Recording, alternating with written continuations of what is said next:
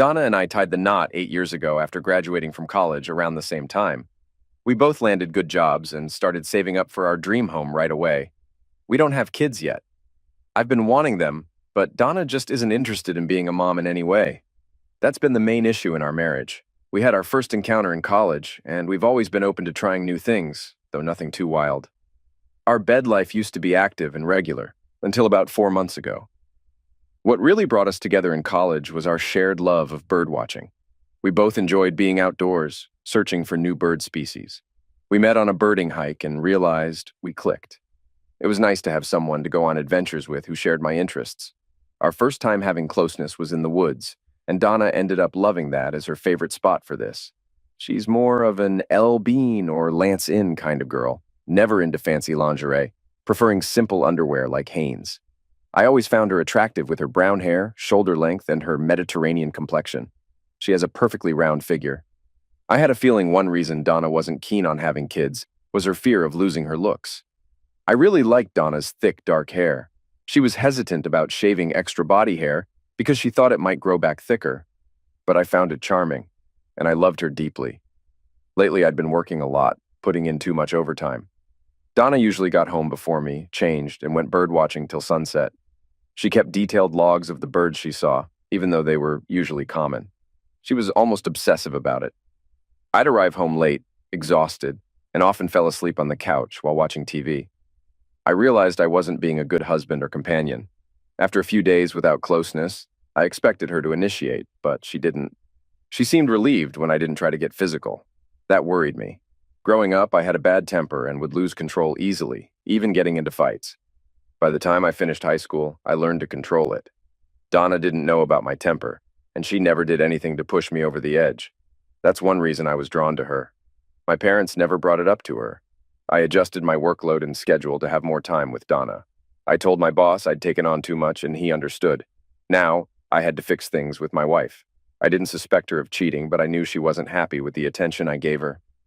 Donna, do you think we need a vacation? No, I don't think so. Maybe a short one if you can manage. I was thinking a week or two, somewhere quiet and romantic. We haven't been spending much time together lately. Brian, I don't think either of us wants to be away from work that long. Let's stick to saving for the house. Donna, I know the house is important, but we need more time together. After work, I'm too tired to do much, and weekends are full of chores. Darling, I'm happy with a short trip nearby, but a full vacation is too much for me right now. I don't think I'm ready for that. Maybe I'm just stressing too much. I want to make sure I'm doing everything to keep you happy. I'm happy, Brian. If things start going south, I'll tell you so we can fix them. We've got enough real problems without making up imaginary ones. I hope you're right. I don't want you looking elsewhere. She gave me a little smirk when I said that. Well, that was my big effort to improve my marriage. I did a lousy job. I guess I'm not any better at fixing things than I am at realizing when things are wrong. I didn't mention my new work hours. I made a weak attempt at closeness that night, but she had a headache. Before bed, I checked on her burning lock. It seemed she was going out often, but sightings of her were rare. I have a small Honda 250 Rebel motorcycle that I adore. It's quick, quiet, and easy to handle. It's not loud and bulky like those big Harleys. It always starts up and doesn't give me any trouble. That day, I rode it to work. Donna usually gets home around 4. Around that time, I told March, my secretary, that I'd be in the archives for the rest of the day. I asked her to call me on my cell when she was leaving for home. There aren't any landline phones in the basement, and hardly anyone works down there. I left work through the back fire exit and jammed a small wedge in the door to keep it unlocked. 5 minutes later, I parked my Rebel down the street from home. It was easy to hide. My wife came home at her usual time, changed quickly, and headed to her birdwatching spot within 10 minutes. I knew where she was going, so I didn't follow too closely. 10 minutes later, her Volvo was at the Rainbow Mountain main trail parking area. A black BMW was nearby. Since we often visited this park, I knew the trails well. After parking my bike in the trees, I started on an alternate trail, taking my time and being cautious not to make noise. Years of birding gave me an advantage here. Every few minutes, I stopped to scan ahead with my binoculars. Near the mountaintop, the trails got rough, marked but close to dangerous overhangs. It was perfect for hawk watching, especially now. You could see for miles across the valley, but it was best not to look down. I couldn't resist. and paused to scan the valley with my binoculars, looking for early hawk arrivals. It was stunning. That's when I heard giggling. The woods were thick, making it easy to hide if needed, but also hard to see anyone.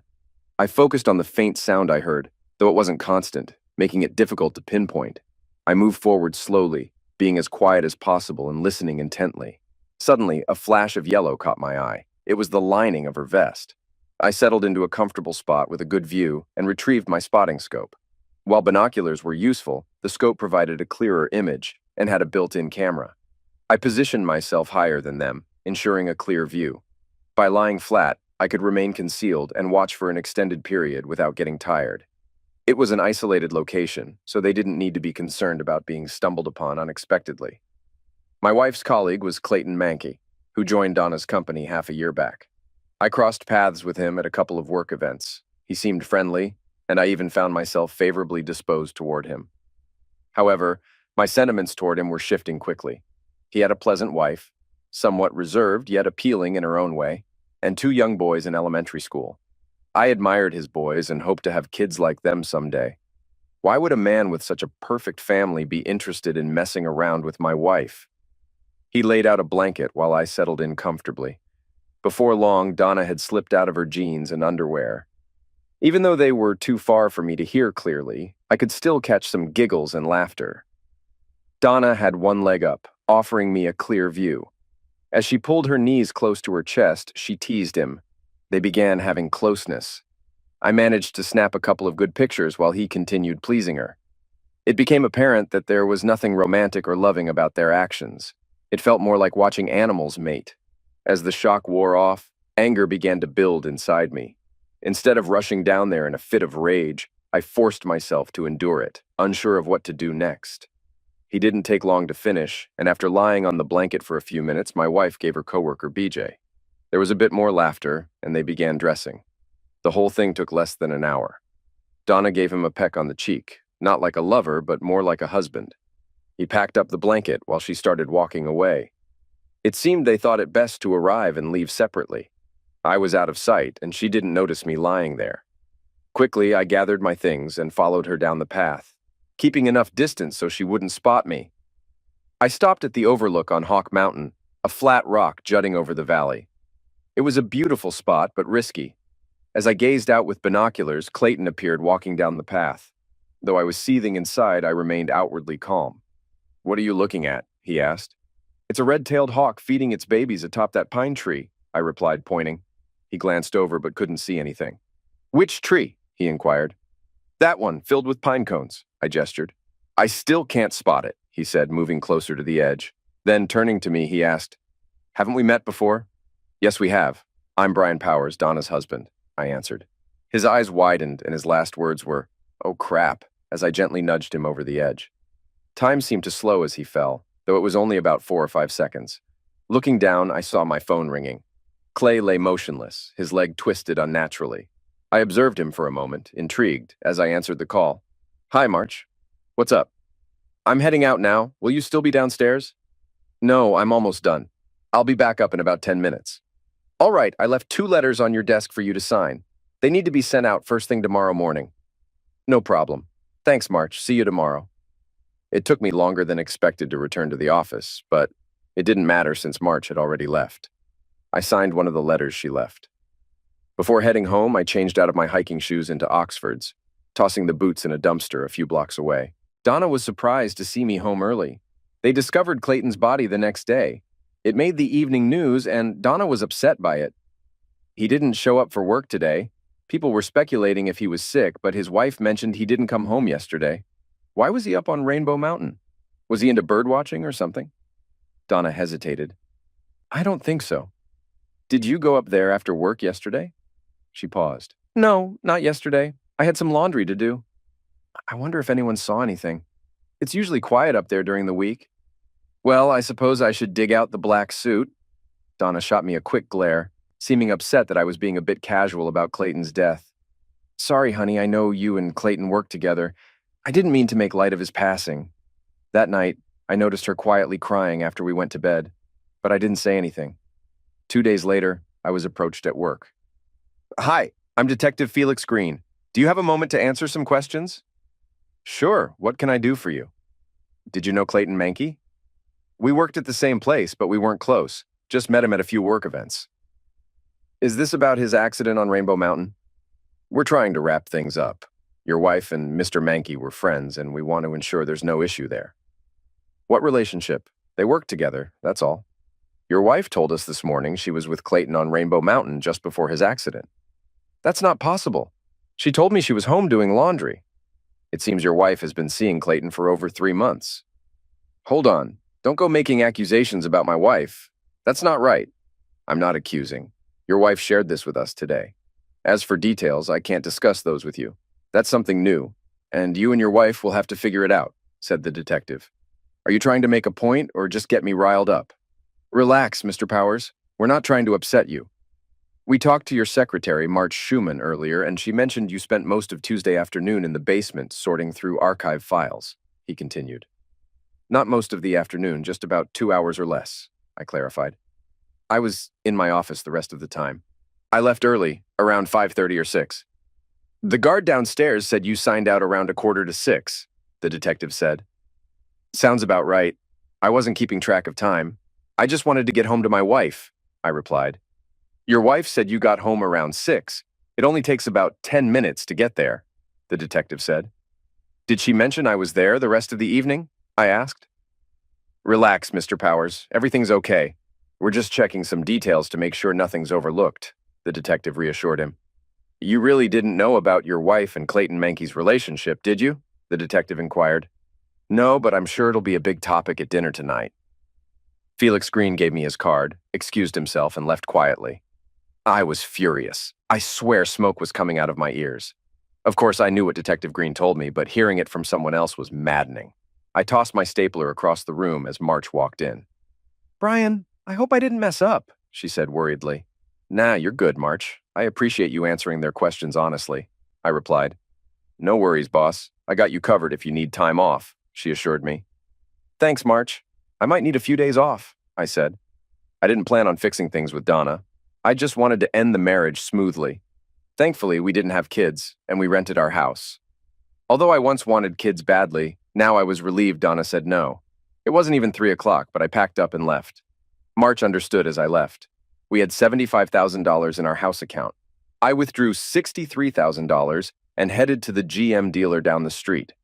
2 hours later, I drove off in a yellow Hummer, $58,000 poorer. I figured I didn't need a new house anymore. The Hummer would guzzle gas, but I didn't care. Donna stormed out when she saw the Hummer. What's that? She exclaimed. It's my new ride. Decided I needed something sportier, I replied. Are you out of your mind? How will we afford it? She demanded. No worries. Paid cash, I said casually. With what? Did you take it from our account? She pressed. Didn't see the point in having a house as a single guy, so got the Hummer instead, I explained. We attracted attention outside. Donna grabbed my arm as we entered the house. What do you mean, single guy? You know the answer, don't you? She asked. Why would I want a house with you? Why stay? I retorted. Come on, Brian, you're talking crazy, she said, trying to reason with me. Just calm down and talk sensibly.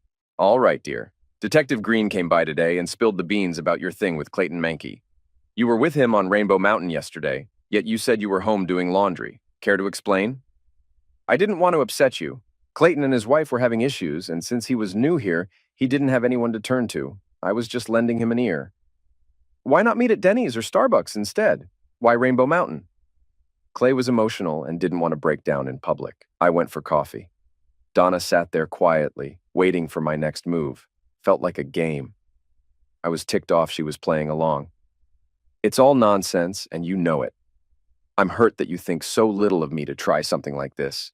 You and Clayton have been together for over 3 months, cheating on me and his wife. I'm sick of your childish lies. Grow up or shut up. You don't know what you're talking about. Just because you say something doesn't make it true. There's nothing between Clayton Mankey and me except friendship. If you have proof, show it. I'm in a tight spot here.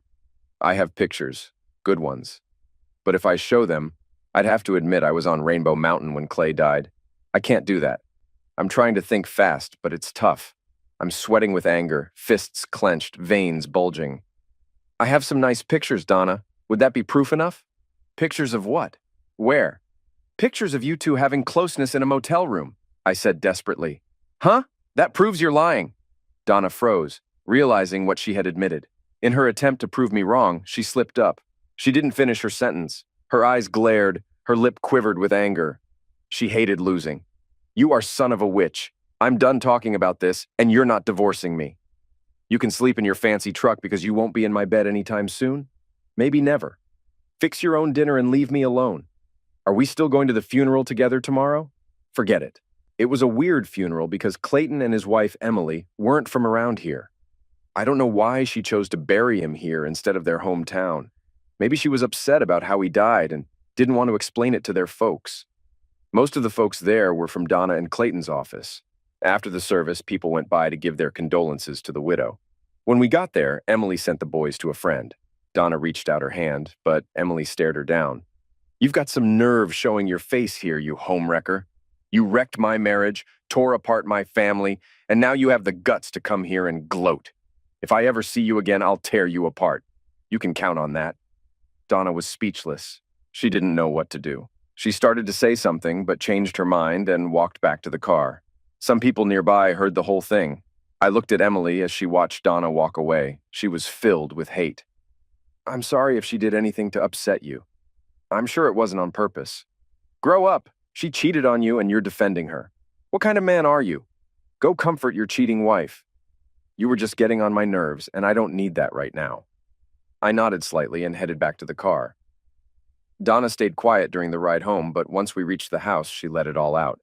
You jerk. Why did you force me to go to that stupid funeral just to embarrass me? And don't tell me it was because a lot of your work buddies were there. Why did she pick on you? Forget it. You're full of it, you big-mouthed jerk. She stormed inside, and I didn't hear a peep from her the rest of the day. I ended up sleeping in the spare room after that. I wasn't interested in being intimate with her anymore, so her decision was actually a relief. Around noon the next day, I drove over to Emily Manx's place. I didn't know what I was going to say, but I felt like I should apologize. She was in the garage with the boys sorting through some boxes. Hey, sorry to bother you, but I wanted to apologize for anything I might have done to upset you yesterday. She just glanced at me and kept on working. Eventually, she turned to me. Listen, I've got a lot going on right now. I need to sort out the mess my husband left behind and figure out how to move on with my life. I really don't have time for any complaints. Can I help you with something? Are you serious? Yeah, I've got some time and I don't mind lending a hand. All right, grab some of those trash bags and follow me. We headed into the house and up to the main bedroom. This is Clay's closet, and this is his dresser. Take everything out and put it in the bags. Once you're done, you can take them to Goodwill. Can you handle that? Sure. Can the boys pitch in?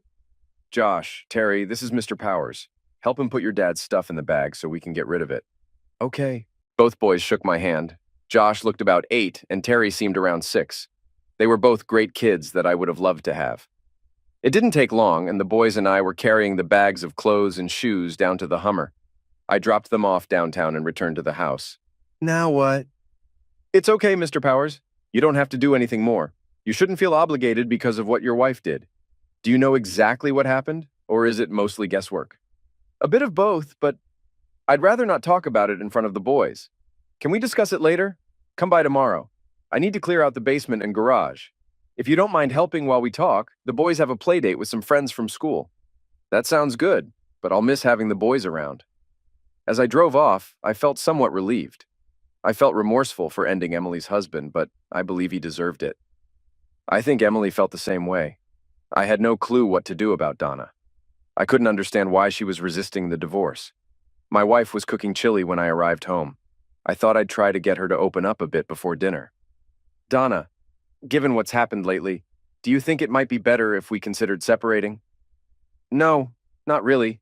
It seems pretty clear now that you and Clayton were having an affair. I assume you weren't happy with our arrangement. Care to explain? There's not much to say, Brian. Spending time with Clay, at work and elsewhere, made me realize our visions for the future didn't align. You saw me as a stay-at-home mom, but I wanted more. I didn't want to upset you by bringing it up. Brian faced a similar situation with Emily. She wanted what you wanted, and I wanted what Brian wanted. We ended up comforting each other, and things went further. He wasn't better, just different. Considering what you've said, wouldn't a divorce make sense? No way. I'm not giving up my home and comforts over a disagreement. I'm staying put. You can't kick me out. I haven't done anything to warrant it. If you won't leave, we'll just have to act like a married couple under the same roof. I'm not ready to throw in the towel. Why not, for heaven's sake? I don't want to discuss it anymore. Can we drop it? Dinner was silent. The chili seemed extra spicy, and not long after, I started feeling sick. After multiple trips to the bathroom, I began vomiting. Donna, I'm feeling really unwell. Can you take me to the emergency clinic? No way. Desperate Housewives is about to start. If your stomach hurts, take a Tums. It's more serious than that, Donna. Please, drive yourself. You're acting like a baby. I grabbed my keys and headed to the car. My neighbor was taking out the trash and asked what was wrong. I explained, and he drove me to the hospital emergency room. The next thing I knew, I woke up with sunlight streaming in through a window. I turned to the other side and saw Detective Green reading a magazine. Good afternoon, Mr. Powers. I thought you were going to sleep all day. Why are you here? What happened and what time is it? Hey, I'm the one asking questions. Relax and things will come back to you. Sorry if I got a bit anxious. Understandable given the circumstances. Brian, it seems like you ate some bad chili last night. Luckily, your neighbor got you here in time. They had to treat you and give you some medicine I can't pronounce. I think you had a high and low enema or something like that.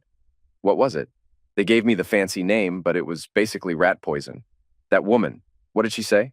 She gave us the leftover chili, and it tested fine. She claims she has no clue where the poison came from. She ate the same food and was fine. We searched the house and garage but found nothing. So what's your plan? Nothing for now. At that moment, the doctor and a nurse entered. He checked me over while the nurse took another blood sample. He said I could go home when I felt ready and handed me a paper with bland food options. I borrowed Detective Green's phone and called Emily to apologize for missing our meeting. Felix took his phone back. Why would your wife want to end you, Mr. Powers? I'm not sure. Why did she end Clayton Mankey? Do you have proof? No, I don't. But she was on Rainbow Mountain, and she was the last person he was with alive. Come on, Brian. I'll give you a ride home. Donna was very apologetic when we got home, expressing regret for not being more supportive. I went to the spare room and closed the door. I didn't feel like eating any meals at home after that. The next day, I informed March that I'd be taking a sick day and asked her to help me find an apartment. Somehow, she had learned about what happened. I waited until Donna left for work, then began packing my belongings, preparing to move out quickly if needed. I was disappointed that the police couldn't do anything about the poisoning. After grabbing a quick breakfast at IHOP, I visited Emily. The boys were at school. Emily was more upset about the situation than Donna. I assured her I'd return later after dealing with some personal matters. Donna didn't want a divorce, but she clearly wished me harm. That left me with two possibilities: revenge or money. I visited my insurance agent. It might have been foolish, but shortly after our marriage, I took out a $1 million life insurance policy with Donna as the beneficiary. Although the premiums were steep, the cash value had accumulated to over $16,000. I cashed it in. Then, I canceled the collision and comprehensive coverage on Donna's Volvo. At work, I terminated the medical and dental coverage I had on Donna through the company. While the medical insurance would remain active for 90 days, the dental coverage would end by the month's close. Additionally, I changed the beneficiary on my company insurance policies to my mother. March greeted me warmly and offered her assistance in any way she could. The bank manager informed me that Donna had already emptied out the remainder of the house fund, totaling around $12,000. After explaining the situation, he agreed to prepare everything for closing the credit cards and checking account as soon as I gave the go-ahead. I opened a new account and completed the necessary paperwork. I swung by the house later. Donna was there, dressed in her birdwatching attire.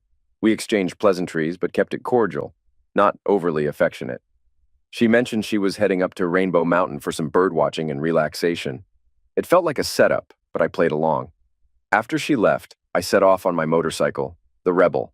Her car was parked in the upper lot, alongside a gray Ford Ranger. I circled around the mountain to the lower lot. Her mountain bike was chained to a tree nearby. I hid my Honda on the other side, concealed by bushes. Though I dreaded the uphill hike, it only took a few minutes.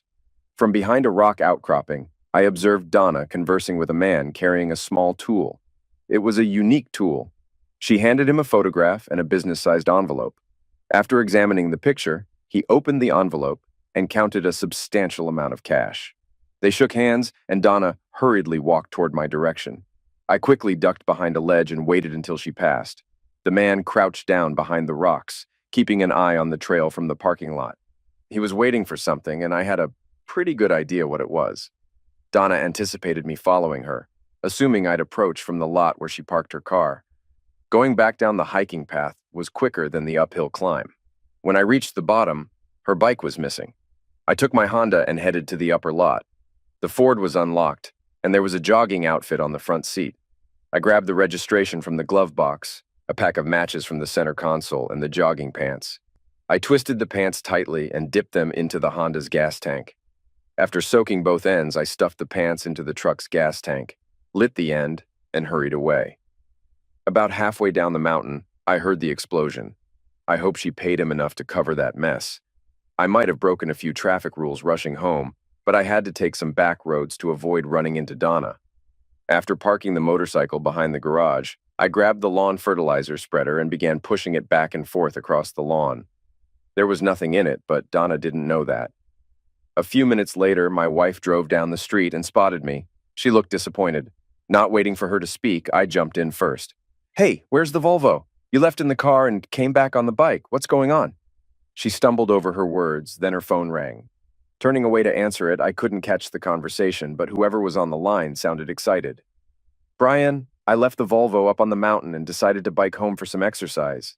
I know it sounds silly, but can you give me a lift back up to get the car, honey? That doesn't make any sense. Come on, I'll drive you up there."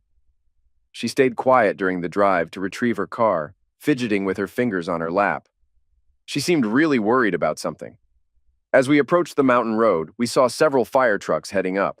About halfway there, a police officer stopped us. "I'm sorry, folks, but there's been an accident at the top of the mountain. A truck caught fire. We can't allow anyone up there right now. My wife's car is parked up there. Can we walk up to get it?" Wait a moment. We stayed quiet as he talked on his phone. "All right, you can hike up to the top, and an officer will help you past the fire trucks to bring it down." "Don't wait for me," she said, as she stepped out of the Hummer. "You can head home now. I'll be fine on my own. Thanks for the ride." I just nodded and watched her go. Once she was out of sight, I followed. With all the activity, it was easy to keep track of her. When she reached the top, the guy she was with on the trail approached her, gesturing wildly. I couldn't hear what they said, but it was clear she was trying to calm him down. They argued for about 10 minutes before he spoke to the fire chief. As they got into the Volvo, I hurried back down to the Hummer. Maneuvering around the fire trucks would slow them down, but I needed to move fast. As I drove off, I spotted the Volvo turning the corner. Back home, I quickly left on the Honda. I visited Emily, apologizing for my lateness. She wanted to know what happened, so I gave her a watered-down version of the story. Josh and Terry were excited to see me and eagerly ordered pizza for dinner. We spent a few hours clearing things out from the basement for a yard sale. The boys worked hard without complaining. I wished they were my own. Around 9, Emily drove me back home, and I left the motorcycle at her place. Donna returned late, but I didn't ask where she had been. The next morning, while Donna showered, I took out the SIM card from her phone. After she left for work, I instructed the banker to close the accounts and credit cards.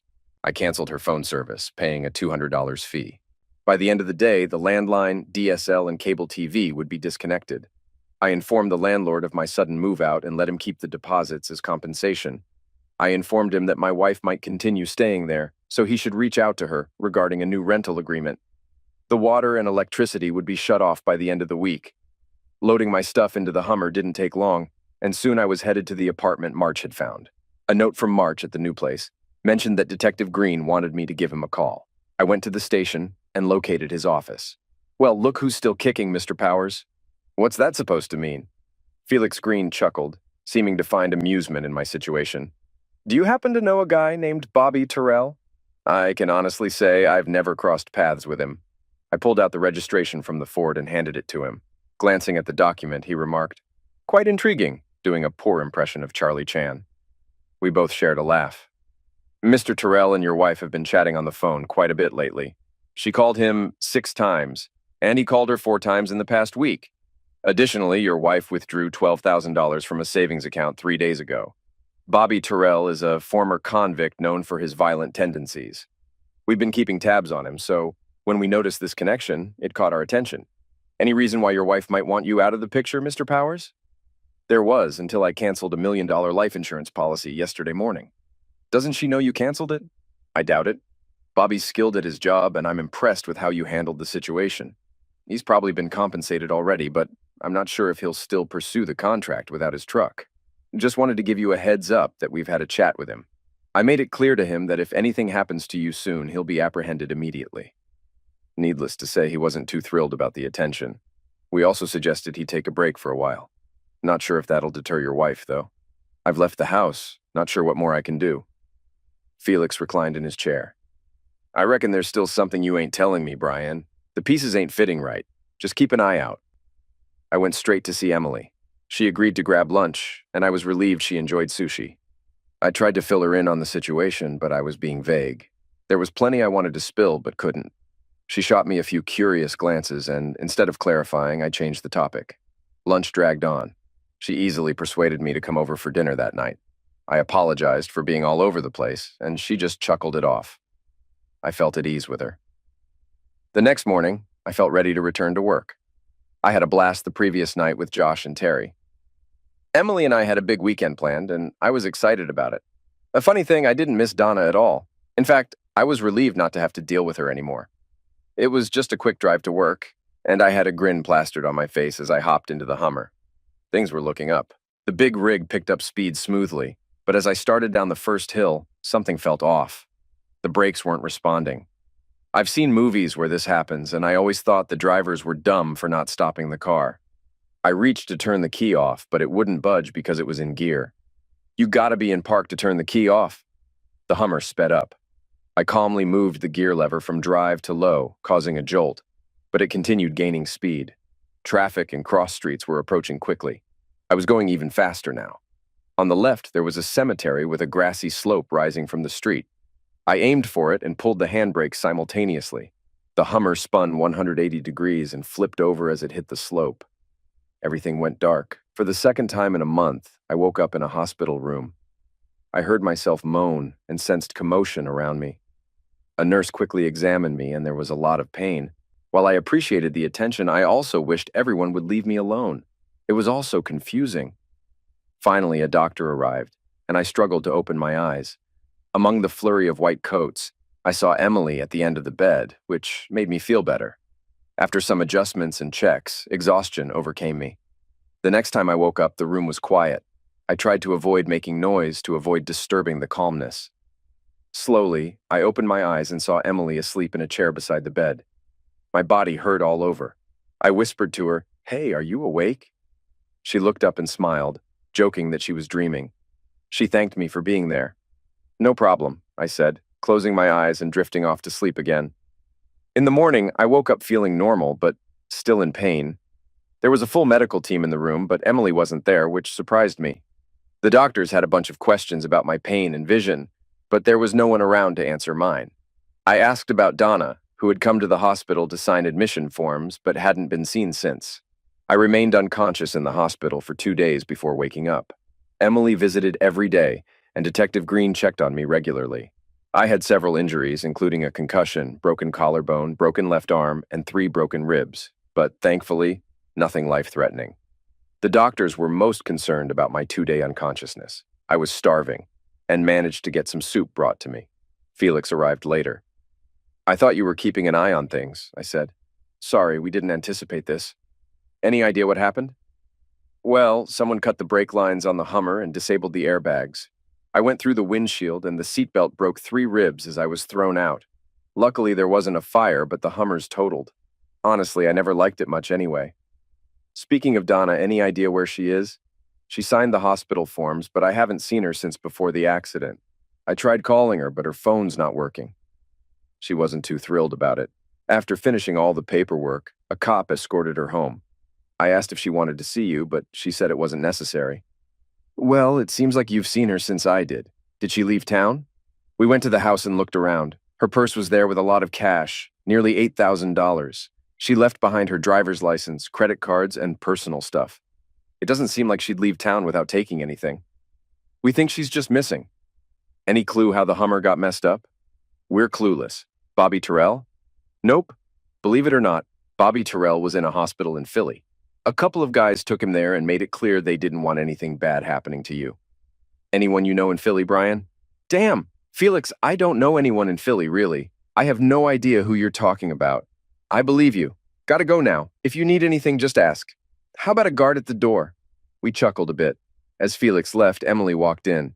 Hey, the doc said you can leave tomorrow if you've got somewhere to go. I told him you'd be staying with me. I got instructions on how to care for you, and a visiting nurse will come by daily. The doc will see you in a week. All right, sounds good to me. Who's going to give me my sponge baths? You're the visiting nurse. Your call, I guess. At least both my legs work. I can use the bathroom on my own and sit up to eat at the table like normal. The pain meds made me queasy, so I tried to stop taking them soon. Emily and the boys were great company. I enjoyed my recovery. We stayed indoors the first week, then I had her drive me by the old house. The landlord was there, wondering about renting it out since Donna was missing. We sorted out a plan to clear out our stuff. March visited me at Emily's place. She had been going to the hospital daily and had become acquainted with Emily. They got along well. While I was getting ready to return to work, I planned to stay with Emily and the boys a bit longer. My healing process went smoothly. I continued living with Emily and the boys. After about 3 months, our relationship turned from friendship to romance. I moved into the master bedroom without much fuss. Josh and Terry seemed to think it was natural. We started going out together and attending social events. I even began attending PTA meetings. The only issue was that I was still legally married to Donna. I kept in touch with Felix regularly, but there were no updates. Eventually, I decided to ask the court to declare Donna legally deceased so I could marry Emily. I took her to a cozy Italian restaurant. After enjoying a nice bottle of wine and a delicious meal, I was ready. Emily, I know it hasn't been very long for either of us, but I truly believe I want to spend the rest of my life with you. Would you consider marrying me? Is that a hypothetical question, or are you proposing? I'm proposing. Will you marry me? Yes. But there's one small hitch. What's that? You need to meet my family in Philadelphia.